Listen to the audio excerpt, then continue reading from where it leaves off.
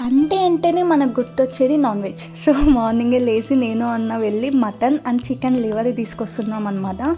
Chicken liver నాకు ఇష్టం, mutton నాన్నకి ఇష్టం. సో రెండు చేద్దామని చెప్పి ఒకసారి నేను లివర్ చేస్తున్నా, ఇంకోసారి అమ్మ మటన్ చేస్తుంది.